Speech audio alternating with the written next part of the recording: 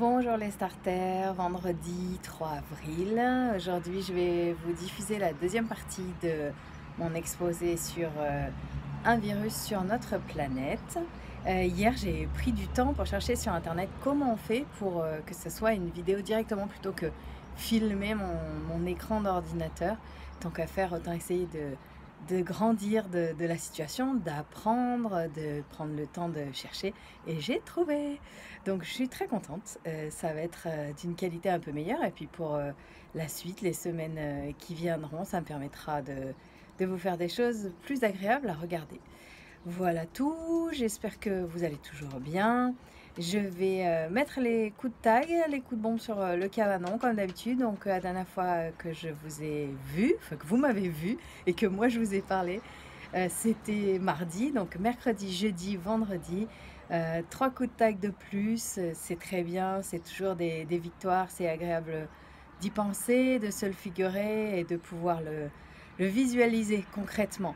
Ce fameux logo du Covid-19 sur la porte du cabanon, il part toujours pas et finalement c'est bien la réalité, il n'est pas encore parti, mais quand même il s'estompe. On voit que la peinture est en train de le recouvrir et c'est exactement ça l'idée. C'est pas facile, mais on vaincra, on aboutira. Voilà, je vous souhaite un bon week-end d'avance et à mardi, bonne journée.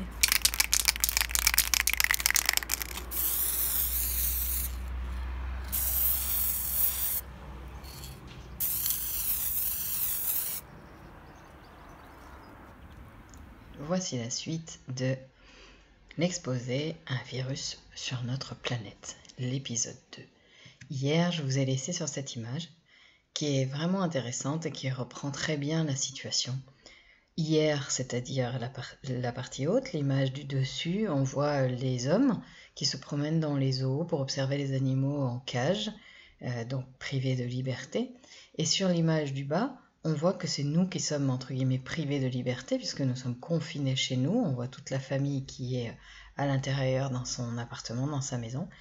Et comme il n'y a plus de gêne, il n'y a plus de bruit, il n'y a plus de mouvement à l'extérieur, c'est les animaux qui viennent jusque dans les villes pour observer ce que nous avons fait de la planète, de toutes les parties de nature qu'on a transformées avec du béton pour faire nos habitations. Et ça, c'est une image, mais finalement, c'est exactement ce qui se passe dans la réalité. Et j'ai récupéré sur Internet plusieurs images qui le montrent et que je voudrais vous faire découvrir. Par exemple, au Japon, on voit que les écriteaux, les affiches sont dans une langue qui n'est pas la nôtre. Et là, vous pouvez constater qu'il y a des troupeaux complets de cerfs qui viennent se promener dans les villes, vu que les villes sont vides, en fait, sans bruit et sans activité. Encore une autre image surprenante, ici je crois que celle-ci c'était aux États-Unis, un renard qui est venu dormir, se mettre à l'abri en hauteur sur une souche d'arbre coupé, tout proche des maisons. Dans d'autres endroits du monde, par exemple en Thaïlande, j'ai trouvé sur les réseaux sociaux ces images des parcs habituellement visités énormément par les touristes, qui sont désertés puisque le tourisme ne peut plus avoir lieu, et les singes du coup qu'on n'arrive jamais à observer parce qu'ils sont planqués vu que les hommes, les touristes les dérangent, ils sont toujours cachés et là ils sortent même pareil en troupeau, ils se baladent, ils découvrent des zones qu'ils ne peuvent jamais visiter eux-mêmes parce que les hommes sont présents. Une autre image également qu'il y avait sur internet au Brésil, les tortues qui avaient niché dans le sable, les œufs ont éclos et elles ont pu regagner la mer sans être dérangées par la nuée de touristes qui vient chaque année pour assister à cet événement de nature, mais qui d'habitude est grandement perturbé, même si les gardiens, les gardes-côtes essayent de quadriller les plages. Là, elles ont pu toutes rejoindre la mer sans aucune gêne. Une autre image, cette fois en Inde, où là, ce sont les tortues adultes qui sont venues sur les plages vides et qui ont pu pondre tranquillement. Et il y en a des centaines, on le voit jusqu'à perte de vue. Et ça, c'est vraiment une chance aussi pour elles d'avoir pu le faire en toute sérénité, ce qu'elles ne peuvent pas faire si les hommes sont présents. D'autres images aussi en Italie, à Venise, ou même, ça c'est pas Venise, c'est l'image d'après. Celle-ci c'est dans un port en Italie, je saurais plus vous dire à quel endroit. Mais comme les bateaux ne sont plus là, comme toutes les croisières de touristes ne viennent plus jusqu'au port, les gens ont pu observer des dauphins qui venaient se promener tout proche des berges des ports. Et ça, c'est aussi une image exceptionnelle. Pareil à Venise, on voit ici un bateau qui est une gondole, ça s'appelle les petites barques qui sont dans les canaux de Venise. Et on voit que l'eau est beaucoup plus claire, c'est ce que tout le monde a raconté sur les réseaux sociaux, et que même les cygnes et plusieurs canards et autres oiseaux viennent se promener à nouveau dans les canaux, et ça ne s'était plus vu depuis des années parce que les touristes aussi arpentent toujours les canaux avec les barques et les gondoles, et donc les animaux n'ont plus la possibilité d'y venir, et là ils y reviennent vu que nous ne sommes pas là. Également ici aux États-Unis, l'histoire raconte qu'un monsieur a donné un petit bout de biscuit depuis sa boutique un jour, et que le lendemain, le même a priori animal est venu avec toute sa famille pour chercher un petit biscuit, et du coup ils sont rentrés dans la boutique. Cette image, elle est vraiment surprenante. Alors évidemment, on ne donne pas des biscuits aux animaux de la nature, mais c'est quand même fou de voir des animaux comme ça rentrer dans un commerce. L'image, elle est intéressante, en fait, elle est drôle et à la fois, elle est surréaliste. Ensuite, vous avez aussi l'image ici d'un cheval sauvage, je crois que celle-ci c'est au Mexique, qui s'est rapproché des villes et approché tellement qu'il est carrément rentré dans la ville, qu'il n'y a pas de bruit, pas de dérangement, et puis il a arpenté comme ça les routes librement. Ça, c'est aussi complètement impressionnant de pouvoir constater des images comme ça. Finalement, on revient sur cette jolie image de la Terre qui tourne, parce que la Terre, elle ne nous attend pas pour tourner, hein, on le sait, elle tourne tout le temps. On pourrait se poser une question. Que nous dit la planète? Le message de la planète, ça pourrait bien être celui-ci.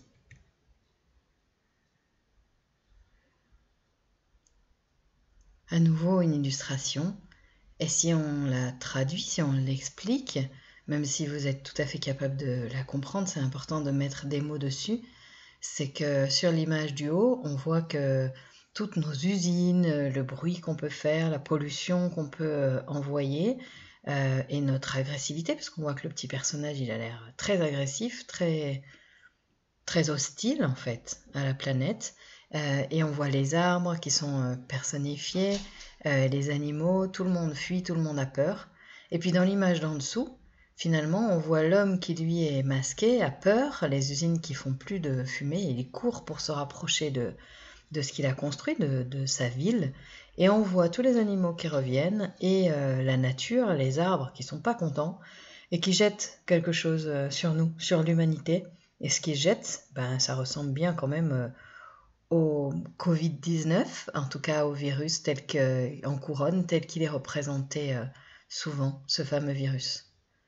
Une autre image pour vous exprimer cette idée d'une manière différente. Ça, c'est toujours avec de l'humour, mais souvent avec de l'humour, on peut faire passer de grandes idées.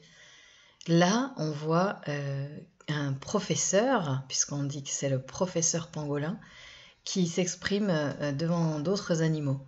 Et la légende de cette image, c'est l'ensemble des animaux en voie d'extinction, très impressionnés des résultats obtenus par le professeur pangolin. Et finalement, ça fait le petit clin d'œil, comme on disait tout à l'heure, au pangolin et aux chauves-souris. Finalement, regardez la taille et puis la force des animaux qui sont sur la gauche, qui regardent ce tout petit animal qui a réussi à faire quelque chose qu'eux n'arrivaient pas à faire, c'est-à-dire arrêter l'extinction de leur race par les hommes. Et ce tout petit bout de bonhomme là, Aikai, ce petit Pokémon, bah lui il a réussi. Donc une baleine énorme qui est en train de mourir dans les mers parce qu'on pollue les mers, ou un tigre, un singe, un éléphant, des requins, des tortues, tous ces animaux-là, du coup, sont très admiratifs du professeur pangolin. Une autre image pour visualiser tout ça, trouvée sur Internet aussi, la Terre qui dit « Merci pour la pause, je n'en pouvais plus ». Et le virus qui dit « Tu crois qu'ils ont compris ?» Et vraiment, c'est ça la question. Est-ce que les hommes, est-ce que l'humanité va comprendre quelque chose de ce qui se passe aujourd'hui? Et pour ça, j'ai encore quelques questions à vous poser. Qu'allons-nous retenir de cette expérience de vie? Pour commencer, est-ce que nous respectons notre planète? Ici, c'est une image aussi trouvée sur Internet avec, vous voyez, des forêts et des plaines. Et on voit que ces deux forêts représentent des poumons. Je pense que vous reconnaissez l'image. Et vous voyez qu'à droite, le poumon a été bien abîmé parce qu'on a enlevé un bout de la forêt. Et si vous regardez bien dans l'image, on voit qu'il y a l'air d'y avoir des tracteurs, des camions, un petit peu des cabanes. Donc vraiment l'œuvre de l'homme en fait. Et tout simplement, cette image, qu'est-ce qu'elle veut démontrer? Que la planète, que les arbres, c'est notre respirateur, c'est notre oxygène qui se crée en laissant les forêts vivre pour qu'on puisse respirer sur la planète. Et est-ce qu'on a tous en tête qu'il faut prendre soin de ça, de la planète, des arbres, de la nature, de l'oxygène que les arbres nous procurent? Qui est le problème en fait? Qui n'en prend pas soin? Ben, c'est nous, finalement, c'est l'humanité. Et nous tous, ça veut dire n'importe quel âge, n'importe quelle situation, professionnelle, familiale, n'importe quelle origine, n'importe quel pays même. Que pourraient penser les animaux de l'homme qui détruit les forêts, par exemple? Est-ce que vous savez que l'homme fait ça? Est-ce que vous savez que dans certains pays, on coupe complètement les forêts? Voilà, jusqu'à vraiment avec des vues d'avion faire de la déforestation, ça s'appelle, et qu'il n'y ait plus rien, que de la terre sèche et que les animaux n'aient plus de zone d'habitat. Est-ce que vous savez qu'on fait ça? Là, ce sont les orang-outans qui sont en grande difficulté à cause de nous. Alors ça, la déforestation, on en entend beaucoup parler par rapport à la culture de l'huile de palme. Voilà, je vous montre à nouveau d'autres images. Ça, c'est la culture de l'huile de palme qu'on appelle l'or rouge aussi. Donc vous voyez que la forêt est à gauche et à droite, il y a carrément des chemins qui ont été faits. On voit qu'il y a des lignes de plantation. Et ces lignes de plantation, c'est quoi? Ben voilà, c'est des palmiers qui sont en train de pousser, une palmeraie. Et ça donne ensuite la culture comme ça, dans les camions, on récupère toutes ces productions. Et vous voyez sur cette dernière image que tout ce que vous voyez comme plantation, c'est une palmeraie d'huile de palme. Et vous voyez même qu'il y a une usine qui s'est bâtie au milieu avec des grosses cuves, des grosses citernes. Comme ça, c'est directement transformé en huile de palme. Et toute cette zone-là, sur cette dernière photo en bas à droite, c'était précédemment évidemment des forêts naturelles où vivaient les animaux. Et des forêts aussi avec des grands arbres de différentes sortes qui faisaient de l'oxygène pour qu'on puisse respirer sur la planète. Et ça, la déforestation, ça a mis en danger plusieurs races d'animaux que voici. Les 4 grands mammifères menacés par l'industrie du palmier à huile. Le rhinocéros, les tigres, les orang-outans et les éléphants de Bornéo. Et déjà, ces races-là sont en danger d'extinction, voire en danger critique d'extinction. Et que pourraient penser les animaux de l'homme qui réchauffent la planète? Parce qu'on fait aussi ça. Par exemple, vous voyez sur cette photo en haut, c'est l'Arctique en 1915. Et sur la partie basse, c'est l'Arctique en 2018. Vous voyez les deux grosses montagnes derrière, on les reconnaît bien, donc on peut être sûr que c'est le même endroit, la même image. Par contre, ce qu'on voit clairement, c'est que toutes les glaces énormes ont fondu. Et quelle est la conséquence pour les animaux? Et notamment pour ces animaux-là, les ours polaires, qui vivent parfaitement justement dans des surfaces en glace complètement, et qui se retrouvent à chercher des petits morceaux de glace, parce que c'est leur habitat naturel, c'est leur univers, et qui finalement, plus les années avancent et moins il y a de glace, et se retrouvent à cheminer avec leurs petits pour trouver de la glace qui n'existe plus, donc ils marchent sur les terres, et finalement se retrouvent à être vraiment chétifs, vraiment maigres, abîmés par un habitat qui était le leur et qui n'y ressemble plus. Ils sont faits pour être costauds, pour évoluer sur les glaces, ils se retrouvent à évoluer sur la terre. Ils n'ont plus autant de poissons qu'il fallait pour se nourrir, ils n'ont plus d'abritation, ils sont en plein soleil et ils ne sont pas faits pour ça, pour cette chaleur-là. C'est nous qui la faisons, on réchauffe la planète. Et qu'est-ce qu'on fait encore? Qu'est-ce que fait l'homme et que pourraient en penser les animaux lorsqu'on pollue la mer?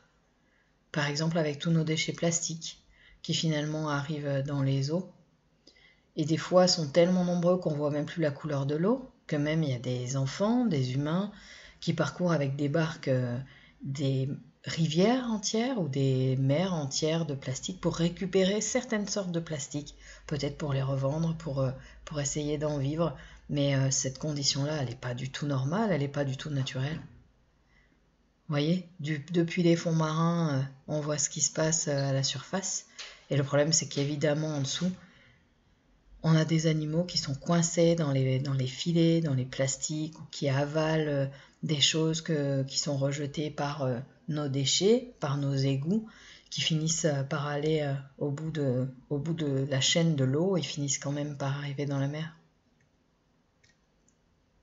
Et que pourraient penser les animaux de la pollution qu'on fait sur la Terre, nous les hommes?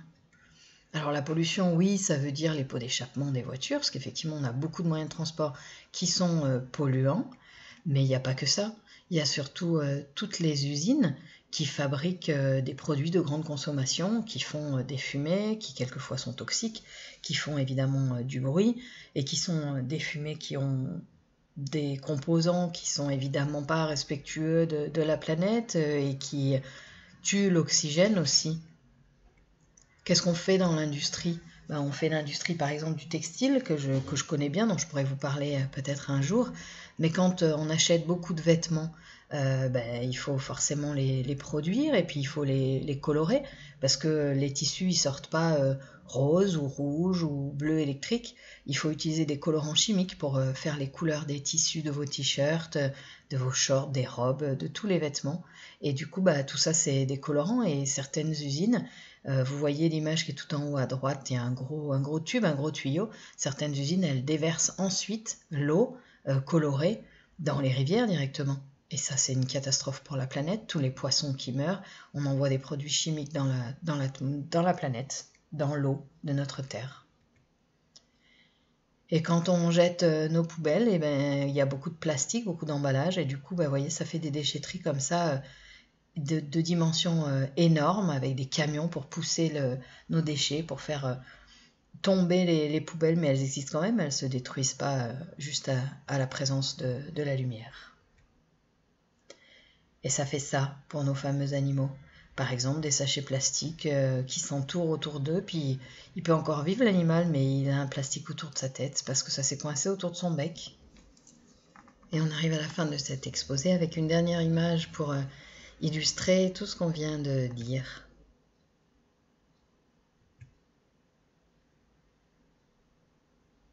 Ce personnage qui représente l'humanité, qui est obèse parce qu'on mange mal, parce qu'on mange trop, qui a énormément de pollution autour de lui et qui ne peut même plus respirer dans ce qu'il a fait de la planète, et que son moyen de respirer, son respirateur, son oxygène, c'est un petit pot avec un arbre dedans. Je pense que ça parle vraiment très bien et ça laisse vraiment à réfléchir et à se dire nous ne pouvons pas continuer à vivre ici sans respecter la Terre. Comment respecter notre planète? Parce qu'évidemment, du coup, c'est la question finale. Qu'est-ce qu'on peut faire? Mais j'ai trouvé 2 petites images pour vous en parler. Déjà, il faut comprendre ce qui se passe. Donc, c'est exactement ce qu'on est en train de faire, de prendre conscience de notre monde, de ce qu'on en fait. Et il va falloir passer à l'action, de faire les choses différemment parce que le message est relativement clair. Et pour ça, il faut que ceux qui comprennent ou ceux qui y réfléchissent puissent transmettre ce qu'ils comprennent. Et finalement, c'est ce que j'ai voulu faire aujourd'hui. Tout ce que j'ai réfléchi, tout ce que j'ai entendu, lu, l'âge que j'ai aussi, l'expérience de vie et puis toutes les erreurs qu'on a pu faire, nous les adultes, jusqu'à aujourd'hui. En fait, j'y pense, on est beaucoup à y penser et on vous transmet toute cette perception, toutes ces idées, toute cette vision du monde pour que vous puissiez faire différemment, en tout cas on l'espère. Et par exemple, ça pourrait commencer par ça, concrètement, de faire différemment. de rien jeter dans l'océan. Et quand vous jetez vos mégots de cigarettes dans les égouts ou des bouts de plastique, des emballages, ben ça, vous savez où ça va maintenant. Vous savez que ça va dans la mer. Donc ça vous donne déjà une toute petite idée de quelque chose de très concret à faire, de quelque chose que vous aurez, j'espère, appris aujourd'hui, compris, et que vous pourrez faire différemment demain. Voilà le message de cette terre qui peut-être grâce au Covid-19, il y a le à cause du Covid-19 et il y a aussi le grâce au Covid-19, nous a donné le temps de réfléchir, nous a obligés à réfléchir en étant à l'intérieur. Et finalement, je crois que la leçon qu'il faut en tirer, ce serait que le seul virus qu'il y a sur la planète, c'est pas le Covid-19, ça pourrait être nous. Et du coup, je voudrais finir sur ces notes positives, ou en tout cas sur cet éclair de lucidité de cette petite planète dans des mains d'enfants. Et finalement, c'est votre planète, c'est votre responsabilité. C'est la nôtre aussi, mais vous allez y rester plus longtemps que nous. Voilà les jeunes, merci pour votre écoute, j'espère que ça vous aura plu.